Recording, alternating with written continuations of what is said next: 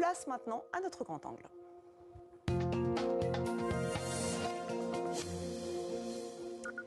La route du Rhum, une course transatlantique en solitaire mythique, 138 marins inscrits. Il devait s'élancer ce dimanche à 13h02 de Saint-Malo en Bretagne, direction Pointe-à-Pitre en Guadeloupe. 6562 km à parcourir, vous voyez cette carte.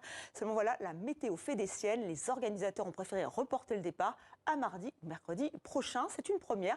Alors nous sommes en direct de Saint-Malo, mais pas seulement, avec notamment 3 skippers, dont 2 qui vont prendre le départ. Philippe Poupon, bonsoir.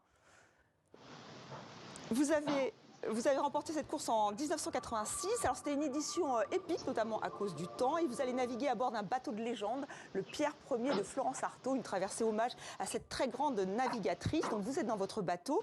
Les femmes, justement, elles sont à la barre. Alors elles ne sont que 7. Amélie Grassi, vous êtes la Benjamine. Vous avez mis votre carrière de juriste en pause pour partir à bord de votre classe 40. Alors c'est votre première route du Rhum. Autre figure légendaire du Rhum, Michel Desjoyaux, bonsoir. Alors vous ne participez pas, mais vous êtes aussi dans votre bateau et vous avez remporté l'édition 2002 en multicote. Vous ne prenez pas le départ, hein, je l'ai dit, mais vous signez La route du Rhum, une aventure humaine. C'est un très beau livre que vous co-signez avec Éric Sintas qui est avec nous. Alors je vous présente le livre, un magnifique livre qui revient sur toute cette belle course, cette belle histoire. Alors Éric Sintas, vous êtes journaliste, auteur de ce beau livre, vous suivez la course. Report pour cause de gros temps. Comment cette décision a-t-elle été accueillie ? Bonjour Estelle, ça a été un petit peu mûri, hein. Ça c'est pas une surprise en soi parce que depuis 2 ou 3 jours où le comité de course regardait les fichiers météo, ils se sont aperçus que ça allait en se dégradant et petit à petit entre l'avis des marins qui ont commencé à émerger avec une volonté de ne pas forcément casser les bateaux et puis aussi cette volonté du comité de course de respecter à la fois l'homme et le bateau, on s'est aperçu qu'on ne pouvait pas passer dans un océan Atlantique avec des vagues à plus de 8 mètres, des vents à plus de 50 nœuds et une mer très croisée, même si mon très cher estimé collègue Michel Desjoyaux, co-écrivain du bouquin, l'a déjà fait à plus de 70 nœuds, mais ça c'était il y a 20 ans. Et 20 ans plus tard, ils n'ont pas voulu que l'histoire recommence, donc ils ont vraiment sagement reporté le départ. Pour l'instant, c'est mercredi midi, mais on n'a pas plus de renseignements par rapport à ça. Oui, merci Éric. Alors Amélie Grassi, c'est votre première course, votre première route du Rhum, vous n'êtes pas trop déçue ? Déçue, je ne sais pas, j'étais un peu chamboulée ce matin parce que quand on s'apprête à affronter des conditions si difficiles, on se mobilise beaucoup et j'étais bien concentrée, persuadée de partir demain. Donc voilà, un peu déboussolée de prime abord, mais j'imagine que sachant que c'est la décision de l'organisation, elle doit être la meilleure et c'est sûrement plus raisonnable. Donc là, j'essaye de me remobiliser pour la suite. Philippe Poupon, vous avez l'habitude. Est-ce que ce sont les aléas ? C'est quand même une première fois que cette route du Rhum est reportée. Oui, alors là, on se trouve quand même devant un phénomène qui est assez puissant au niveau du vent et aussi de la mer. On a une mer très grosse. Alors, on nous parle de vagues de 7 mètres, mais le danger, ce sont les déferlantes. Donc, quel que soit le bateau qui était prêt à partir, il aurait été mis en danger. Qu'on soit clair, personnellement, j'avais anticipé. Je ne serais pas parti, même si le départ avait été donné dimanche. Je me serais replié rapidement. Il faut faire valoir son sens marin avant tout. C'est ce qu'a fait l'organisateur. Et voilà, c'est une logique qui est là. Je dirais que les marins-pêcheurs vont sûrement rentrer au port face à ce très gros mauvais temps.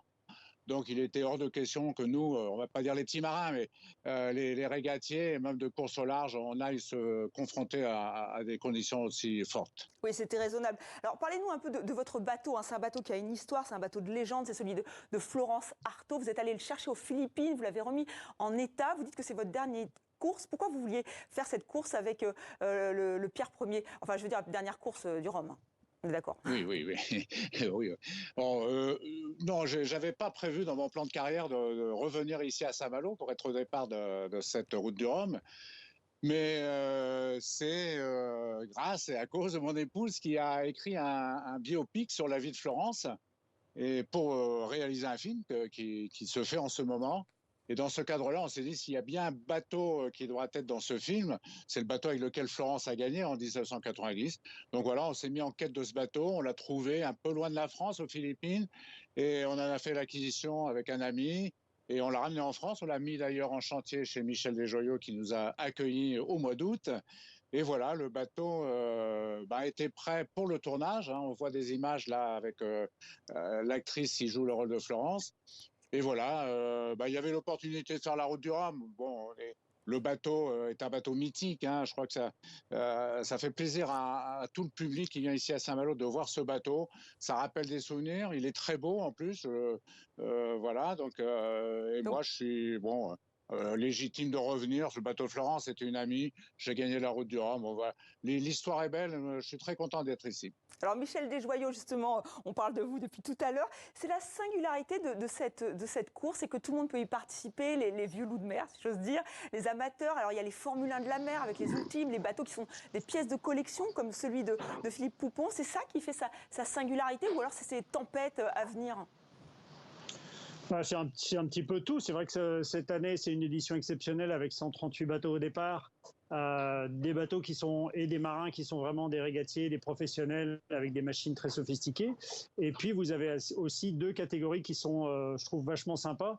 Les ROM, les catégories qu'on appelle ROM mono et ROM multi, donc les multicoques, qui ne rentrent pas dans les autres catégories, que ce soit les Ocean 50, donc les petits trimarans de 50 pieds, ou les ultimes. Et Philou, justement, part sur un bateau dans cette catégorie-là. Et puis les ROM mono, donc des bateaux qui sont ni des IMOCA ni des classes 40, comme le bateau d'Amélie. Et du coup, dans ces catégories-là, c'est plutôt des amateurs ou des gens qui veulent participer à la route du Rhum pour naviguer à côté des grands marins, des bateaux fantastiques, et puis traverser l'Atlantique. On a l'impression que c'est une promenade de santé, mais c'est quand même pas rien. Donc c'est aussi tout ça l'ambiance du Rhum. Alors Amélie Grassi, vous êtes déterminée, hein, j'ai lu que vous voulez y aller pour gagner, c'est aussi ce que disait Florence Artaud. Est-ce que pour vous c'est un modèle? Pourquoi vous vous lancez dans cette aventure? Alors, sincèrement, le modèle féminin que j'ai eu, c'était plutôt ma maman à la maison, qui elle aussi a participé à des transats en course en solitaire, notamment la mini-transat en 2009. Mais c'est sûr que des femmes comme Florence Artaud ou Hélène MacArthur m'ont beaucoup inspiré et ouvert la voie. Je pense que j'ai de la chance de passer après elles. Bon, et vous êtes sûr de vous, parce que c'est vrai que c'est quand même impressionnant. Michel Desjoyaux disait que ce n'était pas une promenade de santé. On en a bien conscience. Oui, c'est sûr. Après, je suis au début, je fais pas de la course au large depuis très longtemps. Par contre, je suis assez convaincue que tout s'apprend et la Boulangère Bio m'a fait vraiment confiance en ce sens. On a construit un bateau l'année dernière qui est très polyvalent et très performant. Et ils m'ont donné toutes les clés pour pouvoir m'entraîner depuis 2 ans sur cette route du Rhum. Du coup, j'espère sincèrement pouvoir faire une belle performance. Après, faut aborder aussi cette traversée avec beaucoup d'humilité, parce que je pense qu'on l'a vu aujourd'hui, les conditions météo, on ne va pas les choisir et parfois c'est difficile. Donc, j'aviserai sur le terrain. Il faudra improviser en fonction des conditions qu'on rencontrera. Très bien. Alors, Éric Sintas, donc, dans ce très beau livre que vous consacrez donc, à la route du Rhum, vous essayez peut-être de comprendre pourquoi elle est exceptionnelle, cette course. Est-ce que vous avez trouvé pourquoi?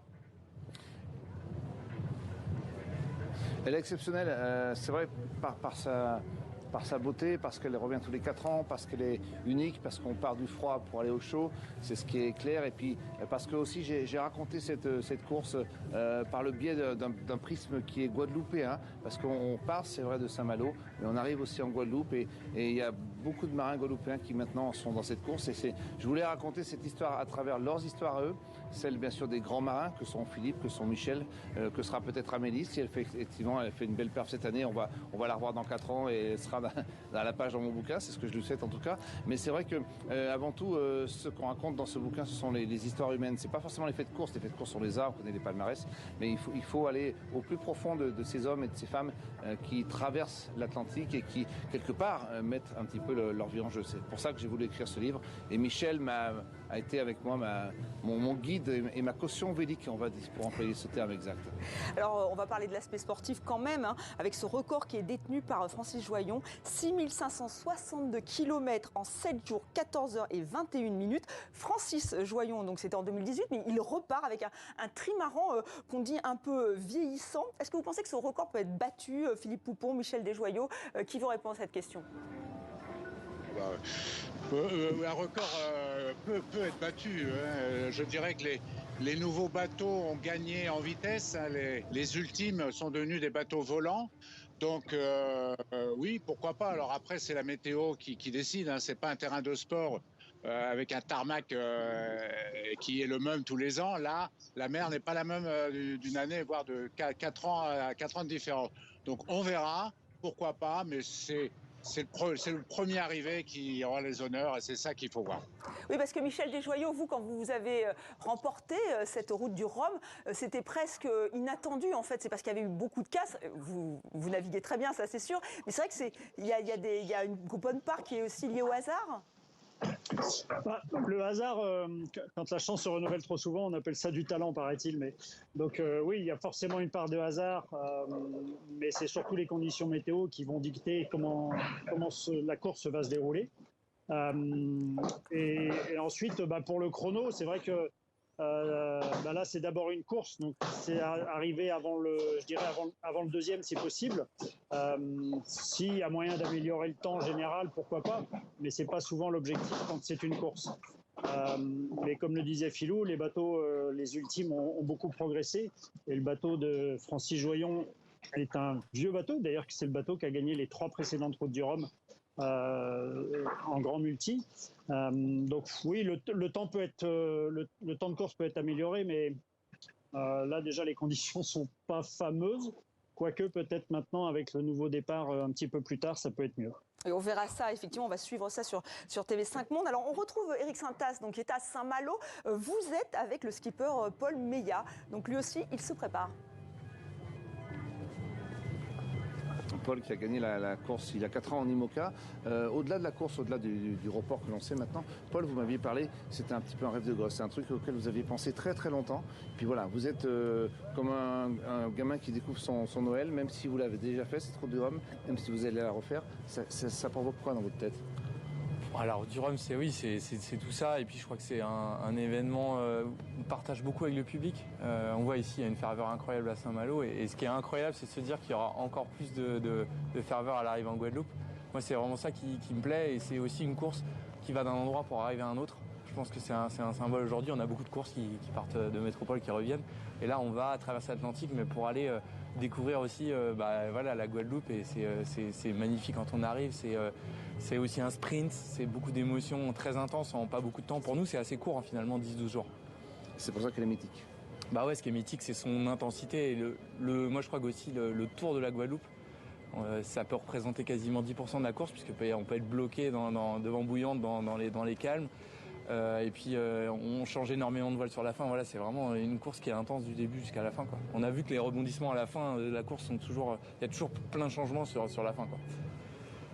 Voilà, merci beaucoup, hein. Merci Éric Sintas. Si j'ai encore juste 30 secondes, Michel Desjoyaux, vous qu'on surnomme le professeur, vous avez un conseil à donner aux 138 skippers qui partent?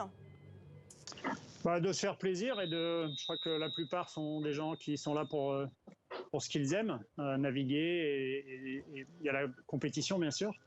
Et puis faire attention à soi, parce que la mer elle est forte, on le voit en ce moment avec les tempêtes qui arrivent à l'entrée de l'hiver. Et donc, il faut faire gaffe à soi, parce que faut composer avec la mer. On ne peut pas lutter contre, elle est plus forte que nous.